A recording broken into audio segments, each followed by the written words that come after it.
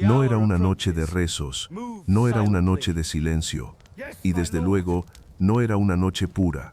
La noche antes de la batalla, el campamento samurái olía a hierro, a sake y a miedo. Miedo real, miedo animal, porque todos sabían la verdad que nadie decía en voz alta, muchos no iban a ver el amanecer. Y cuando un hombre sabe que puede morir en pocas horas, el cuerpo exige una cosa por encima de todas, sentirse vivo por última vez. Los jóvenes samurái, ya adultos, entrenados, endurecidos, no eran estatuas de honor. Eran hombres, hombres con las manos temblando al limpiar la katana, hombres con el estómago cerrado, hombres que no habían probado aún el peso real de la muerte. Los veteranos lo sabían, y por eso en muchos ejércitos no se prohibía lo que iba a ocurrir esa noche, se permitía, se miraba hacia otro lado. No había discursos, no había ceremonias solemnes, solo órdenes simples.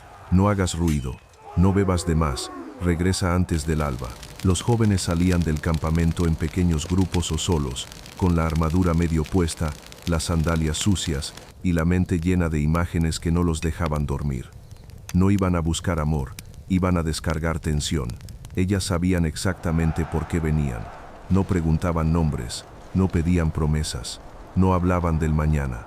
Veían en sus ojos algo muy concreto, el terror contenido de quien sabe que va a matar o morir. El contacto era rápido, directo, sin fantasías, porque no era placer refinado, era una despedida del cuerpo. Porque un samurái que entraba en batalla con el deseo atrapado en el pecho era peligroso. Podía dudar, podía congelarse, podía perder el control. Después de esa noche muchos marchaban al amanecer con la mente extrañamente clara. Ya habían sentido la vida, ahora podían perderla sin mirar atrás. Desde fuera, siglos después, se llamó corrupción, vicio, debilidad moral. Pero dentro del campamento nadie lo veía así. Lo veían como lo que era, una válvula de escape antes del infierno. Nadie hablaba de ello al día siguiente. Nadie lo mencionaba en los poemas. Nadie lo escribía en los registros, porque algunas cosas no se celebran, solo se hacen. Cuando el cielo comenzaba a aclarar, las mujeres desaparecían, los samuráis regresaban al campamento, se colocaban la armadura completa, ajustaban el casco, tomaban la katana, y en sus rostros ya no había ansiedad, solo una calma peligrosa, la calma de quien ya no tiene nada pendiente con la vida, sin miedo, sin apego, sin pedir nada, no porque fueran santos, sino porque la noche anterior habían aceptado la muerte. En el dojo les enseñaban a respirar, a mantener la postura, a controlar el golpe, pero nadie les enseñaba qué hacer cuando el cuerpo empezaba a gritar en mitad de la noche, porque la verdad era esta, el cuerpo no entiende de honor, ni de códigos, ni de emperadores. El cuerpo solo entiende de supervivencia, y cuando sabe que la muerte está a horas de distancia, exige una cosa, descargar todo antes de romperse. Los samurái viejos no fingían sorpresa, no gritaban, no castigaban, habían pasado por lo mismo. Ellos también habían tenido esa noche en la que el estómago se cerraba,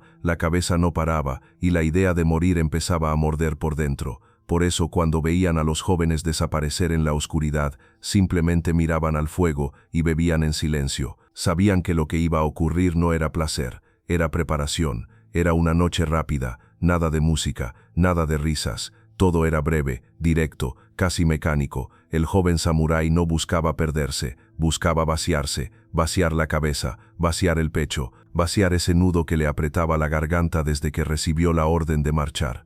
Porque mañana iba a clavar acero en carne humana, y necesitaba llegar frío, no temblando. Al regresar al campamento algo se rompía, pero para bien. El miedo seguía ahí, pero ya no dominaba. El deseo ya no distraía. El cuerpo ya no pedía nada. Muchos describían esa sensación como un vacío extraño, no tristeza, no culpa, vacío, y en la guerra el vacío era una ventaja. El amanecer no traía discursos inspiradores, traía ruido, metal chocando, correajes ajustándose, órdenes cortas. Los jóvenes que la noche anterior apenas podían respirar ahora caminaban rectos, con los ojos fijos sin mirar atrás, no porque fueran valientes, sino porque ya habían hecho las paces con la idea de morir. Cuando veías a un samurái lanzarse sin dudar contra una línea enemiga, no era solo entrenamiento, no era solo honor, era alguien que ya había soltado todo lo que lo ataba a la vida ordinaria, nada que perder, nada que esperar, solo avanzar. Los supervivientes nunca lo mencionaban, no lo contaban en historias,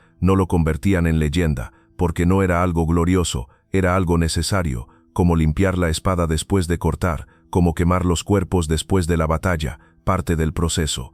Muchos de los que caminaron al combate esa mañana murieron horas después, en el barro, entre gritos, con el hierro atravesándoles el cuerpo, pero no murieron con la cabeza llena de ruido. Murieron claros, y en una época donde la muerte era constante, eso era todo lo que se podía pedir. Siglos después se escribió sobre disciplina, sobre honor, sobre rectitud, pero se borró lo incómodo, se borró lo humano, porque aceptar que aquellos guerreros necesitaban liberar el cuerpo antes de matar rompe la imagen limpia del héroe, y la historia siempre prefiere héroes simples. Los samurái no eran santos, no eran máquinas, eran hombres entrenados para matar, que necesitaban sentirse vivos una última vez antes de hacerlo. En algunos campamentos la historia corría como un susurro sucio, no estaba escrita, no estaba reglamentada, no aparecía en ningún código, pero todos la conocían. Se decía que en las noches previas a grandes batallas, una sola mujer podía recibir a decenas, incluso cientos de samurái en una sola noche, no por deseo, no por placer, por necesidad colectiva. Cuando un ejército completo sabía que iba a lanzarse al combate al amanecer, el miedo no era individual, era contagioso. Los comandantes lo entendían, los veteranos también. Por eso en ciertos contextos extremos se concentraba todo en un solo punto, una mujer, una noche. Un flujo constante de cuerpos tensos entrando y saliendo. No había caricias, no había palabras, solo turnos. Cuando las crónicas orales hablan de 300 samurái, no hablan de placer prolongado, hablan de minutos, silencio, respiraciones agitadas y salida inmediata. Era una línea de sacrificio, no una orgía. El objetivo no era disfrutar, era vaciar el cuerpo antes de la muerte. No era seductora, no era delicada, era resistente, elegida precisamente por su capacidad de soportar el agotamiento físico y mental. En muchos relatos, estas mujeres no eran vistas como individuos, sino como instrumentos del ritual, cruel, deshumanizante. Pero así funcionaba la guerra, porque dividir la experiencia rompía el sentido. Concentrar a todos en un solo punto creaba algo específico,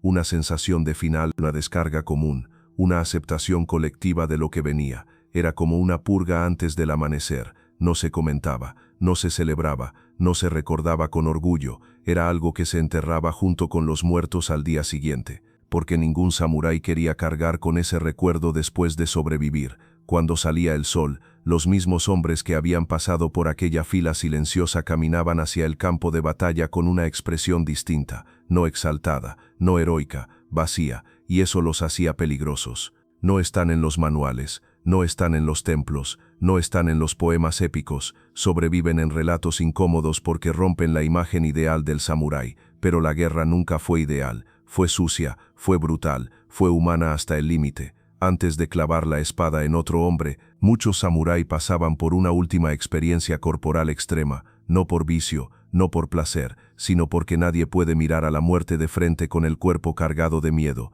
Cuando un ejército se reúne, el miedo no se reparte de forma justa, se acumula, se pega a la piel, se mete bajo la armadura, se queda en el estómago como un nudo duro que no deja dormir. La noche antes del combate no era una noche cualquiera, era una noche cargada. Los samurái lo sabían desde generaciones atrás. Si ese miedo no se liberaba de algún modo, iba a estallar en el peor momento posible, no durante la espera, no durante la marcha, sino cuando el acero chocara con otro acero. El cuerpo humano tiene un límite. Cuando llevas días marchando sin dormir bien, oliendo sangre vieja, escuchando historias de batallas perdidas, viendo a hombres rezar sin convicción, el cuerpo entra en un estado peligroso, los músculos tensos, la respiración corta, la mente saltando de pensamiento en pensamiento. En ese punto el deseo no es placer, es presión, y la presión necesita salida. En campañas largas, especialmente cuando se esperaba un enfrentamiento masivo, no se trataba de uno o dos hombres saliendo del campamento, era algo más grande, más sucio, más organizado de lo que la historia oficial quiere admitir. Se habilitaban puntos fuera del campamento, se miraba hacia otro lado, se daban órdenes no escritas, nada de nombres, nada de peleas, nada de retrasos. Aquí es donde aparece el rumor que ha sobrevivido siglos. Se decía que, en determinadas noches, una sola mujer podía recibir a cientos de samurái, no porque fuera deseable, no porque fuera celebrado, sino porque era funcional. Cuando se habla de 300 samurái, no se habla de encuentros largos, se habla de una fila silenciosa, de cuerpos entrando y saliendo, de minutos, de algo casi industrial, probablemente imposible, no para un ejército en guerra. En guerra los números pierden humanidad, los muertos se cuentan por cientos, las flechas por miles, los pasos por jornadas enteras. Que un rumor hable de cientos no significa que el número exacto sea real, significa que la magnitud fue suficiente para horrorizar incluso a quienes la contaban. Era el punto de descarga. En estas historias la mujer no aparece como individuo, no tiene nombre, no tiene rostro, eso ya te dice algo. No se la recuerda porque no importaba quién era, sino qué representaba, el último contacto con la carne antes de la muerte. Cruel, despersonalizado, brutal, como todo en la guerra. Esto es importante. No era un ambiente festivo, no era una celebración, era tenso. Los hombres entraban con la cabeza baja, salían sin mirar atrás. No había bromas, no había alarde, porque todos sabían que al amanecer muchos de los que estaban allí ya no existirían. Era el silencio interior. Después de pasar por eso algo cambiaba. No alegría, no alivio total, silencio. Un silencio interno peligroso, casi vacío.